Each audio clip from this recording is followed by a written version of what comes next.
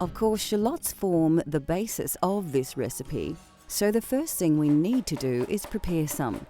Finally, slice your green onions right up to the leafy part and then put to one side for later. Take a large mixing bowl and pour in 500 grams of flour. Pour in a glass of hot water and give everything a good mix. Now we need to add a glass of ice water and then mix the flour and water really well until the water has completely been absorbed by the flour. Tip the contents of the bowl out onto your worktop and knead your dough together using your hands. After we roll it about 20 minutes, it seems to be okay. What we need to do is we cut it to small pieces, like 20 pieces, and then we need to roll each pieces. And then after we roll it, we put some spring onion in. Using a pastry cutter or knife, cut out as many sections as you can. Put these to one side as we need to roll them out one by one. Flour your workbench before rolling out each ball like so.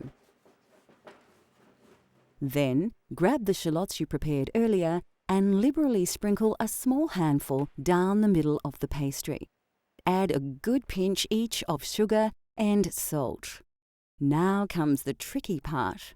First, fold one side to the middle, then the other side, make sure it overlaps with the first fold. Twist it around and then bend one end to the middle before bringing the other end back in on itself. Okay, let's look at that again. Fold one side of the dough over to the middle, then fold the opposite side over and make sure that it overlaps the first fold. Then, take one end and bend it to the center, like so. Do the same with the other end and then join the two ends. The final stage of preparing these tasty cakes takes place at the stove, so we will begin by deeply filling a wok with oil and heating to about 160 degrees. Carefully place each shallot cake into the wok and let them fry in the oil. The cakes should roughly take about 1.5 minutes on each side. You can tell that the underside is ready as the cakes will begin to float. At this point, turn them and let them cook until both sides are light golden brown. Finally, remove them from the oil and place them somewhere that the excess oil can drain. Your shallot cakes are now ready to serve. These delicious cakes are best eaten on their own with a little soy sauce for dipping and a pot of Chinese tea. A simple yet satisfying snack that is steeped in Chinese tradition and still tastes as good as ever. Coming up on Cultural Flavours, a unique and amazing eggplant treat that will have you coming back for more.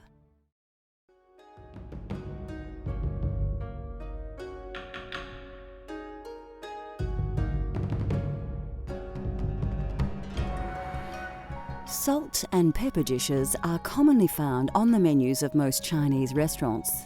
Yet many Chinese chefs, eager to push the boundaries of their own cultural flavours, have begun to experiment with the core ingredient of this traditional dish.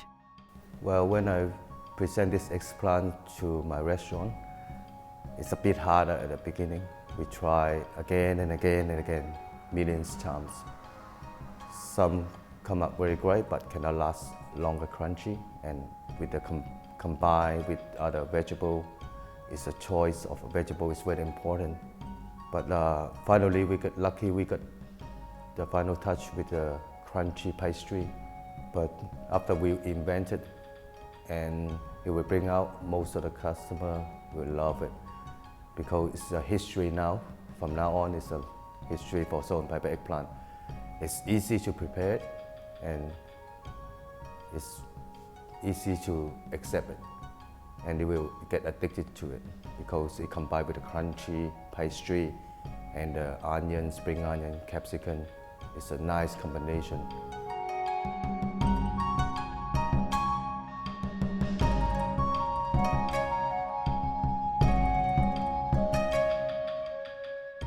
To prepare this tasty salt and pepper dish, you'll need half a red onion and a few spring onions. To add a peppery taste and some heat, you should have a red capsicum and 2 small red chilies.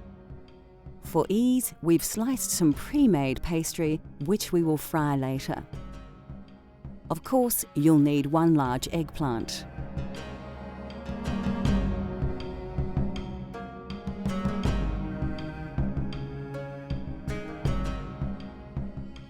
To create the batter, which we shall coat our eggplant with, we will use just 200 grams of flour, a little baking powder, 1 egg and a little water.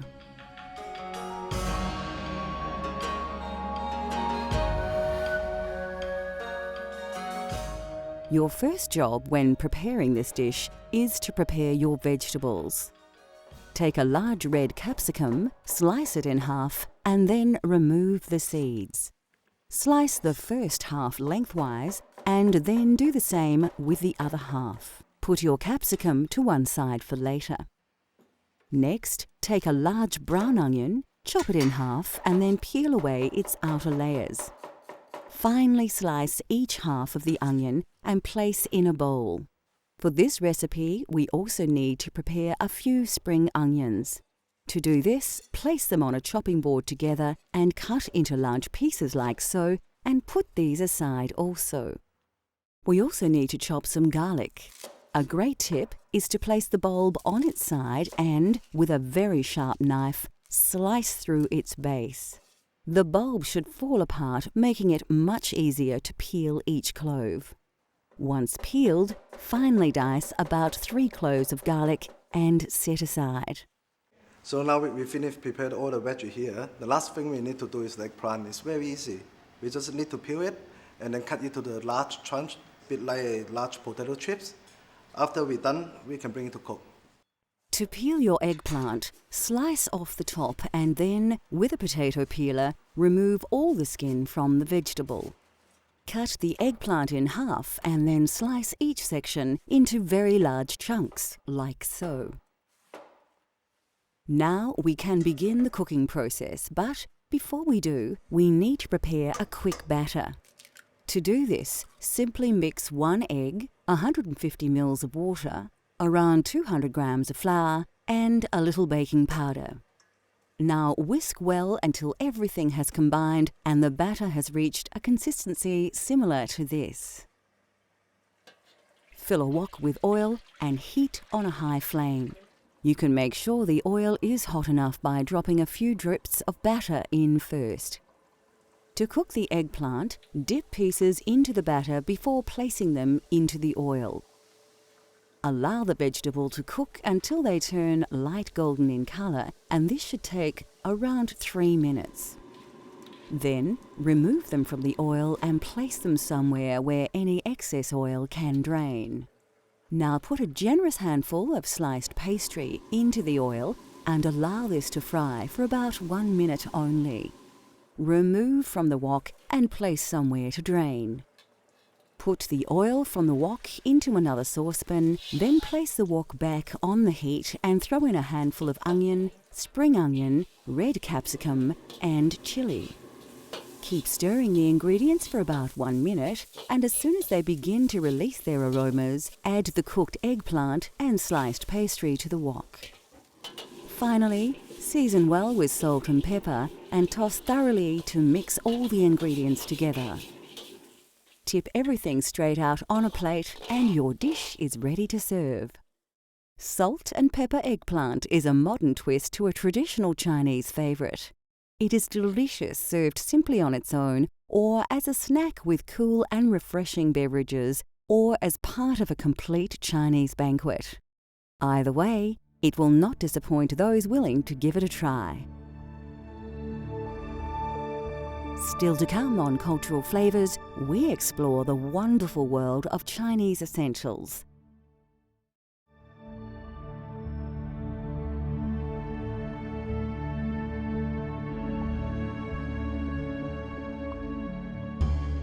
The essential ingredients in Chinese cuisine can be broken down into a few categories: herbs and spices, sauces and oils, rice and noodles, and vegetables. Meats are used extensively in Chinese cooking, but often only in small amounts. The Chinese cook with an extensive range of vegetables, many that are common in all areas. There are, of course, some vegetables that are the mainstay of Chinese cuisine. We have to mention Chinese cabbage. There are hundreds of types of cabbage used in Asia, but by far the most popular is the Chinese cabbage, known as sui choy in China. You'll find sui choy in stir-fried noodles, dumplings, soups, hot pots, and broths.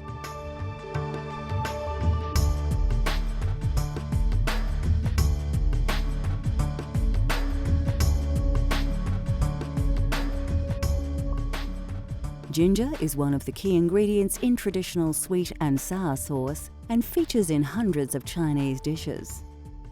Garlic has been adopted right across the globe as an essential part of the local cuisine, and China is no exception. Originating in Asia, it is thought the Chinese were one of the first civilizations to cultivate garlic for food and medicine. Chili is often used to add heat to Chinese dishes. Rarely used fresh, whole ground chilies and chili flakes are preferred for their versatility. An extremely hot peppercorn, Szechuan, is generally used sparingly and is one of the 5 spices in Chinese 5-spice powder.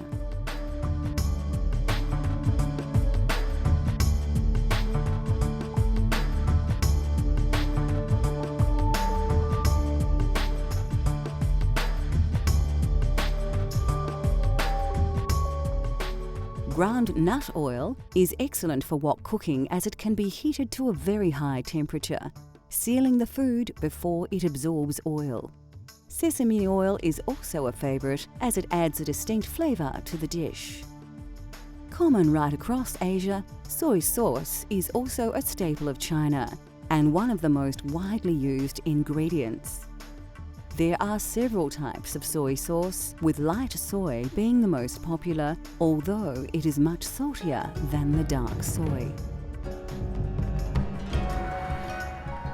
For those Chinese lucky enough to live near the coastline, seafood and shellfish is a very important component of their food culture.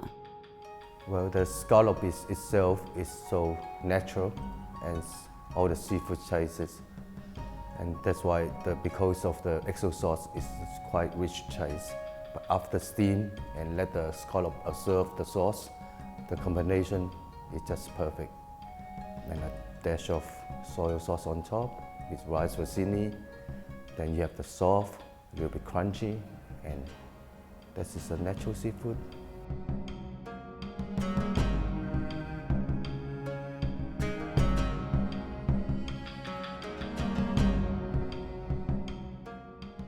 It couldn't be easier to prepare these traditional Chinese scallops.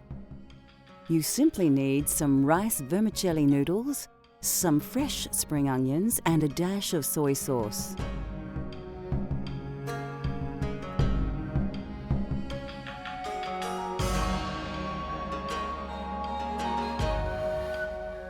Of course, you'll also need some of the delicious XO sauce that we've just prepared to put the finishing touches to this dish.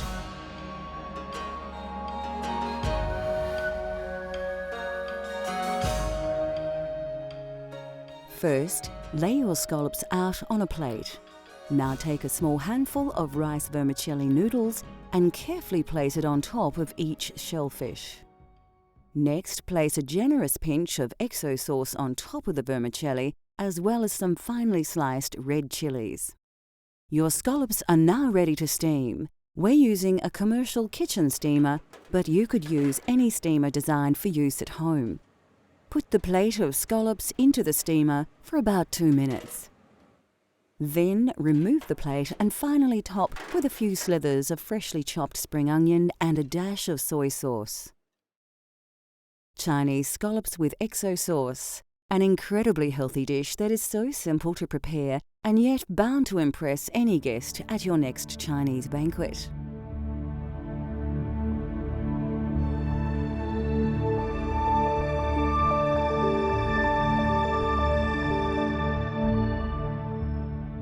China is a huge country with many, many flavours, and we have taken a tiny snapshot of the food from this vast country.